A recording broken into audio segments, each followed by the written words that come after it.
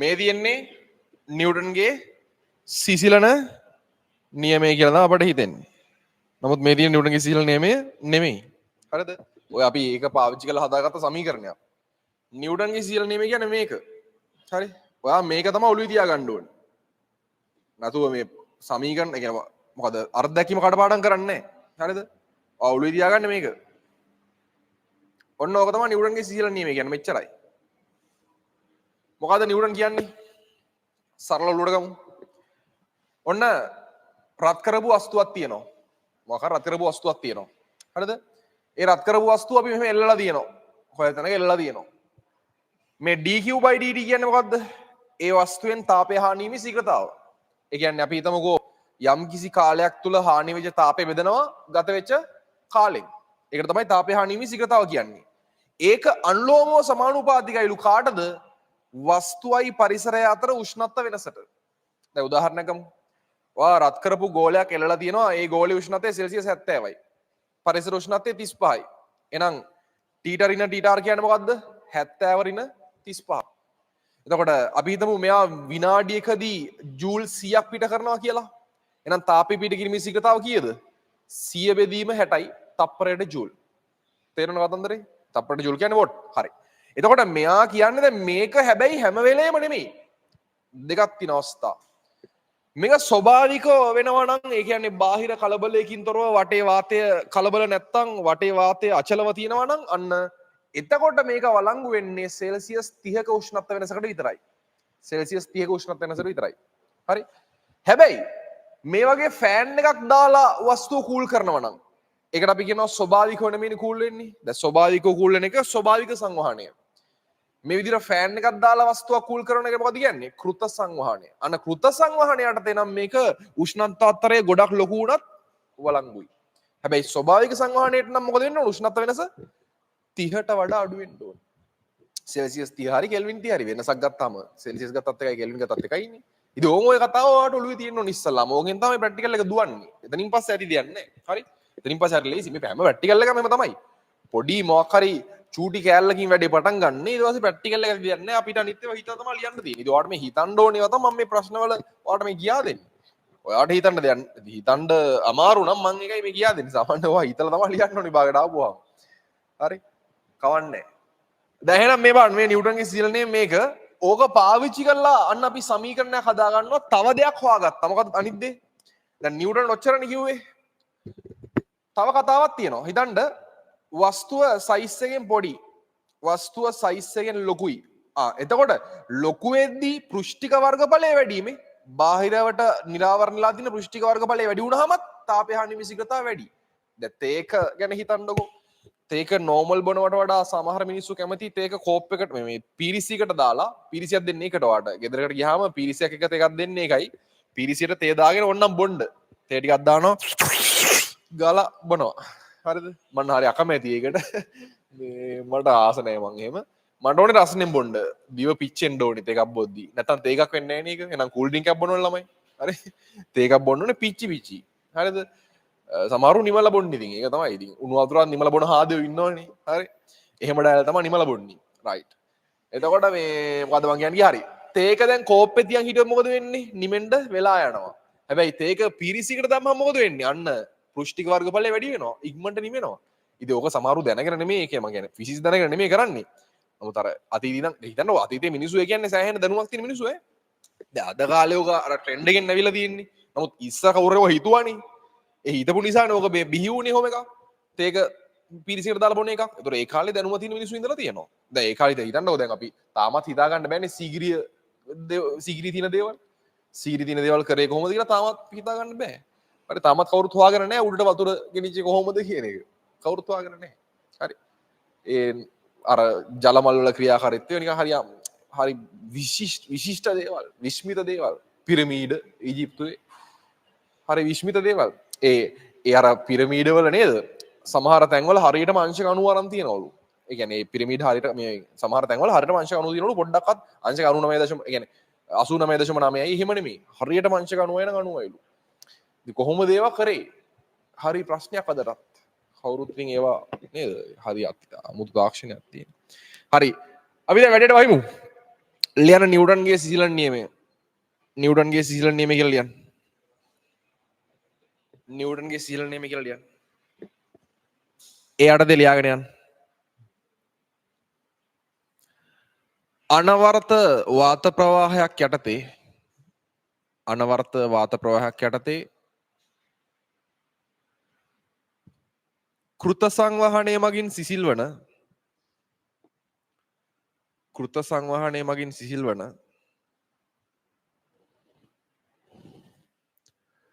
රත් වූ වස්තුවකින් අනවර්ත වාත ප්‍රවාහයක් යටතේ කෘත සංවහනය යටතේ සිසිල්වන අනවර්ත වාත ප්‍රවාහයක් යටතේ නෑ මං කිව්ව මොකද අනවර්ත වාත ප්‍රවාහයක් මගින්ද නෑ යටතේනේ නේ අනවර්ත වාත ප්‍රවාහයක් යටතේ කෘත සංවහනය මගින් සිසිල්වන රත් වූ වස්තුවකින් තාපය හානිවීමේ ශීඝ්‍රතාව රත් වූ වස්තුවකින් තාපය හානිවීමේ ශීඝ්‍රතාව වස්තුවත් පරිසරයත් අතර රත් වූ වස්තුවකින් තාපය හානිවීමේ ශීඝ්‍රතාව වස්තුවත් පරිසරයත් අතර වැඩිමනත් උෂ්ණත්වයට වස්තුවත් පරිසරයත් අතර වැඩිමනත් උෂ්ණත්වයට අනුලෝමව සමානුපාතික වේ. දැන් ඔයාට තියරි අතින් ගත්තත් වැදගත්. හරි. MCQ වලටත් වැදගත්. මේක දාගන්න. මේක දාගන්න.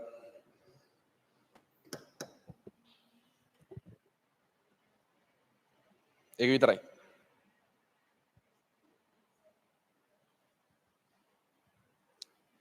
දැන් අහගන්නකෝ.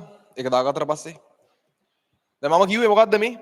පෘෂ්ඨයේ වර්ගඵලය වැඩි වුණාමත් මේක වැඩි වෙනවා. එහෙනම් මෙයාට විතරක් නෙමෙයි මේ පෘෂ්ඨයේ වර්ගඵලයටත් අනුලෝමව සමානුපාතිකයි.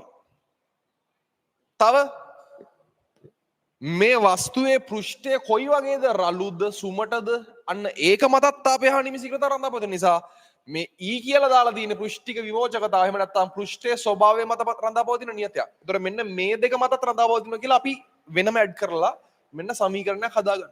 ඒ නිසා මේක තමයි නිව්ටන්ගේ සිසිල නියමය පාවිච්චි කරලා ගණන් හදන්න යොදා ගන්න සමීකරණය සහ ප්‍රැක්ටිකල් එකට වැදගත් වෙන්නේ මේ සමීකරණය. හරිද? මේකෙන් ප්‍රැක්ටිකල් එක ගහන්න බෑ. ප්‍රැක්ටිකල් එකට ඕන කාරණා ඔක්කොම මේකෙන් ගන්න බෑ. හරිද? ඒක පාවිච්චි කරලා මෙන්න මේ හදාගත්ත සමීකරණය තමයි අපිට ප්‍රැක්ටිකල් එකට වැදගත් වෙන්නේ. මම අයි කියලා ඔයාලට ඉස්සරහට කියන්නම්. හරිද? අයන ලියන්න මේව මීට අමතරව තාපය හානිවීමේ ශීඝ්‍රතාව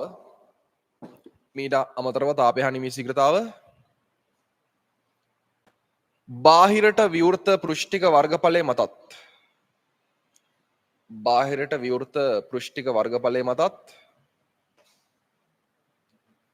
පෘෂ්ඨයේ ස්වභාවය මතත් රඳා පවතී. බාහිරට විවෘත පෘෂ්ඨික වර්ගඵලයේ මතත් පෘෂ්ඨයේ ස්වභාවය මතත් රඳා පවතී. දැන් සමීකරණ ලියලා කොටු කරගන්න. dq/dt සමානයි EA θ ඍණ θr. ඒක ලියලා කොටු කරගන්න. එතන පද ටිකත් හඳුනලා දාගන්න. θ කියන්නේ වස්තුවේ උෂ්ණත්වය. TR කියන්නේ දැන් රූම් ටෙම්පරේචර් කියන්නේ කාමර උෂ්ණත්වය. එහෙම නැත්නම් අපිට ඒක පරිසර උෂ්ණත්වය කියලා කියන්නත් පුළුවන්. හරිද? ඒ නිසා TR කියන්නේ එක්ක කාමර උෂ්ණත්වය එහෙම නැත්නම් පරිසර උෂ්ණත්වය. හරි. කැපිටල් A කියන්නේ බාහිරට විවෘත ශ්‍රේෂ්ඨඵලය. කැපිටල් A කියන්නේ බාහිරට විවෘත ශ්‍රේෂ්ඨඵලය. කැපිටල් E කියන්නේ පෘෂ්ඨික විමෝචකතාව. ඒක ඉතින් වරහන් ඇතුලේ මෙහෙම ලියන්න. පෘෂ්ඨයේ ස්වභාවය මත රඳා පවතින නියතයක්. කැපිටල් E කියන්නේ පෘෂ්ඨික විමෝචකතාව වරහන් ඇතුලේ ලියන්න පුළුවන් අපිට පෘෂ්ඨයේ ස්වභාවය මත රඳා පවතින නියතයක් කියලා. හරි එහෙනම්. දැන් ප්‍රැක්ටිකල් එක බලමු.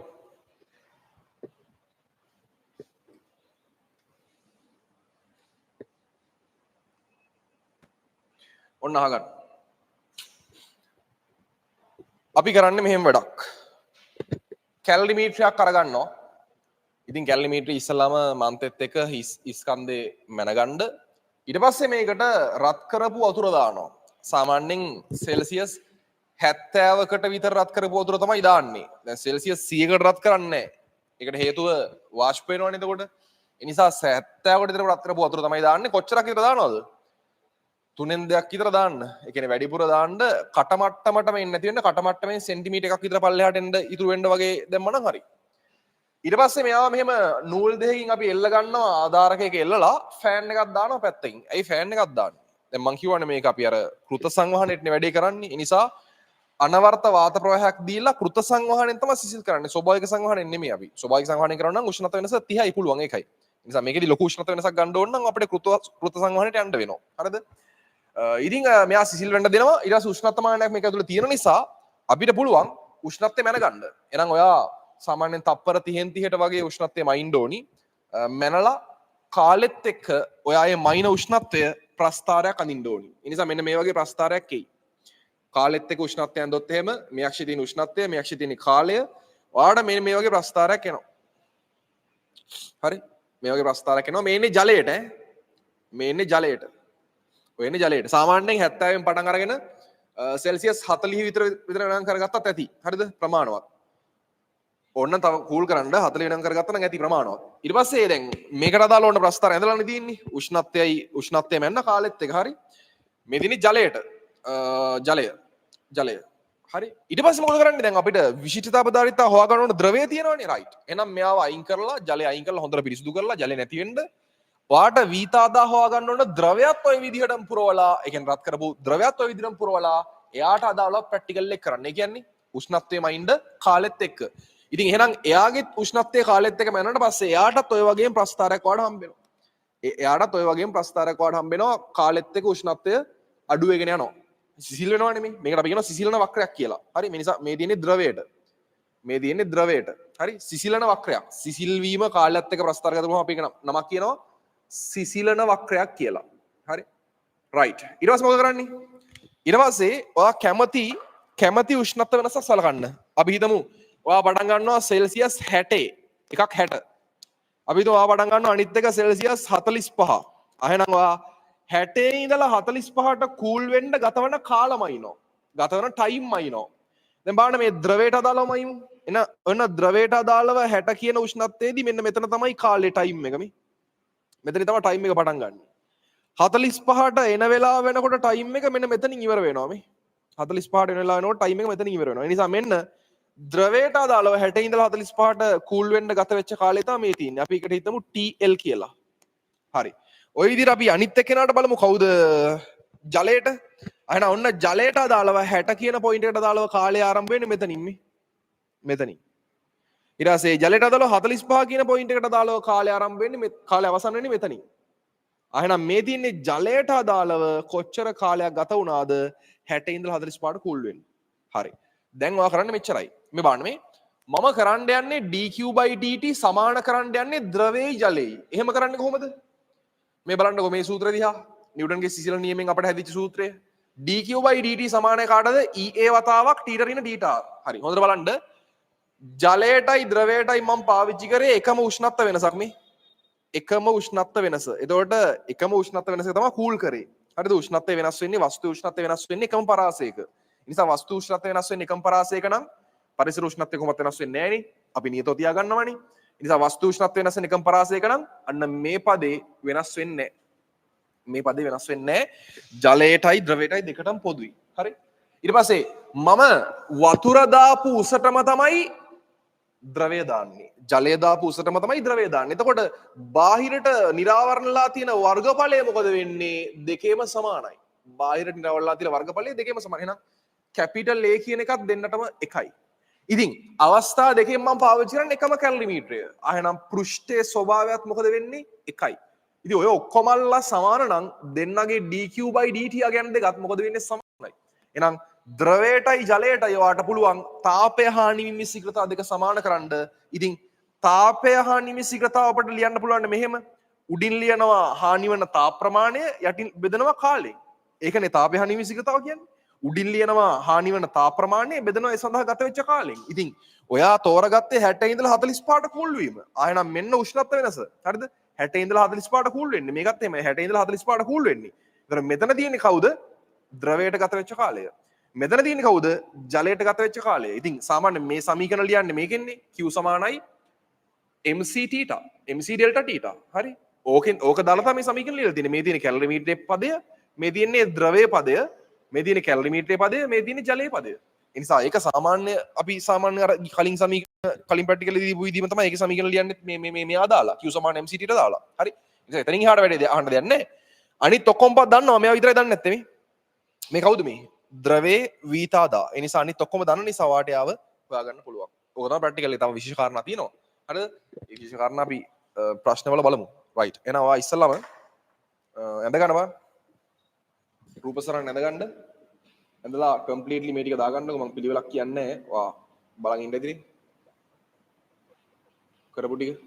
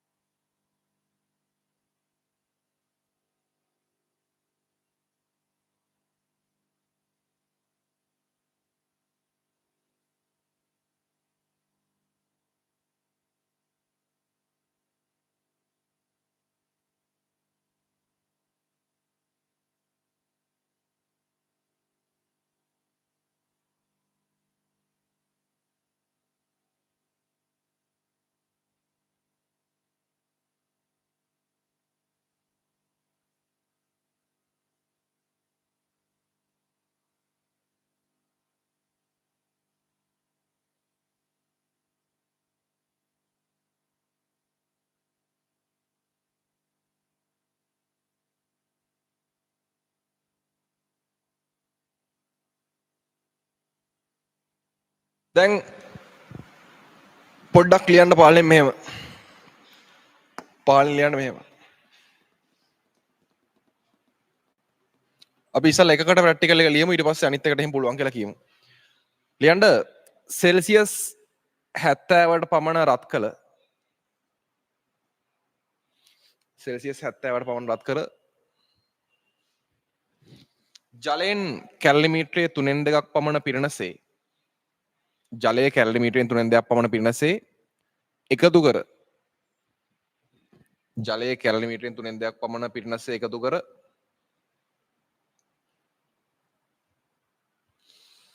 රූපය පරිදි ආධාරකයක එල්ලා ඇත්තේ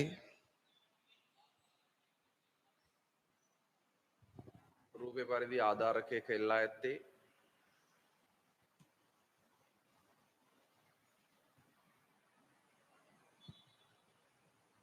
අනවර්ත වාත ප්‍රවාහයක් යටතේ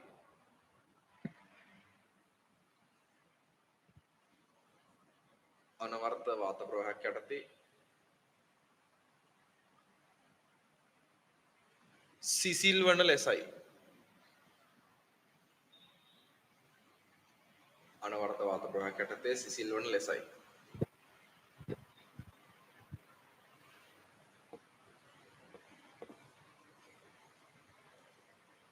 තප්පර 30ට උෂ්ණත්වය මැන. තප්පර 30ට උෂ්ණත්වය මැන.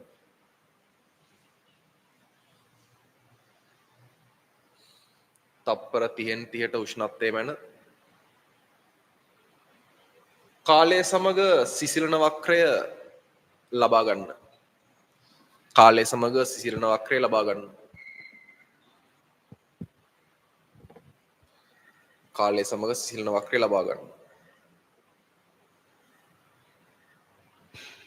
ඊට පස්සේ ඡේදයක් කඩලා ගන්න.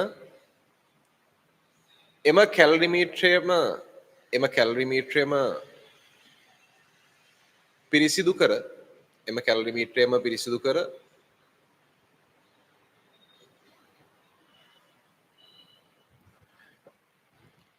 ජල පරිමාවට සමාන ද්‍රව පරිමාවක් යොදාගෙන ජල පරිමාවට සමාන ද්‍රව පරිමාවක් යොදාගෙන පෙර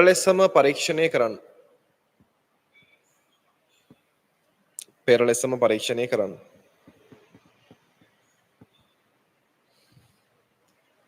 එහිද සිසිලන වක්‍රය අඳින්න.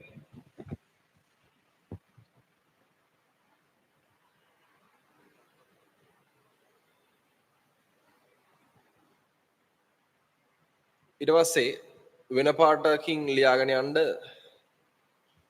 මම මේ කියන ඒවා පළවෙනි තරුව එකම කැලරිමීටරය නිසා පෘෂ්ඨයේ ස්වභාවය එකම වේ. එකම කැලරිමීටරය නිසා පෘෂ්ඨයේ ස්වභාවය එකම වේ.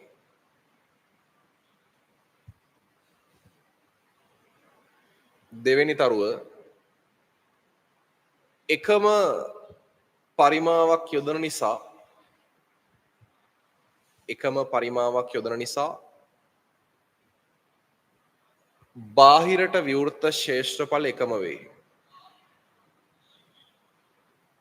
බාහිරට විවෘත ශේෂ්ත්‍රඵල එකම වේ. ඊළඟට තුන්වෙනි තරුව එකම උෂ්ණත්වාන්තරයක්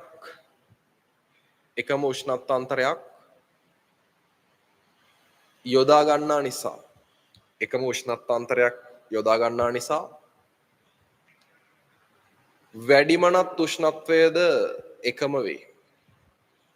වැඩිමනත් උෂ්ණත්වයද එකම වේ. දැන් පහලින් ලියන්න. එම නිසා එකම උෂ්ණත්ව වෙනසකට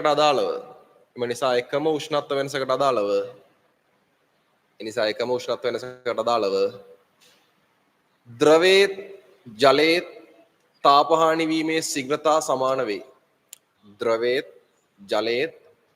තාප හානි වීමේ ශීඝ්‍රතා සමාන වේ.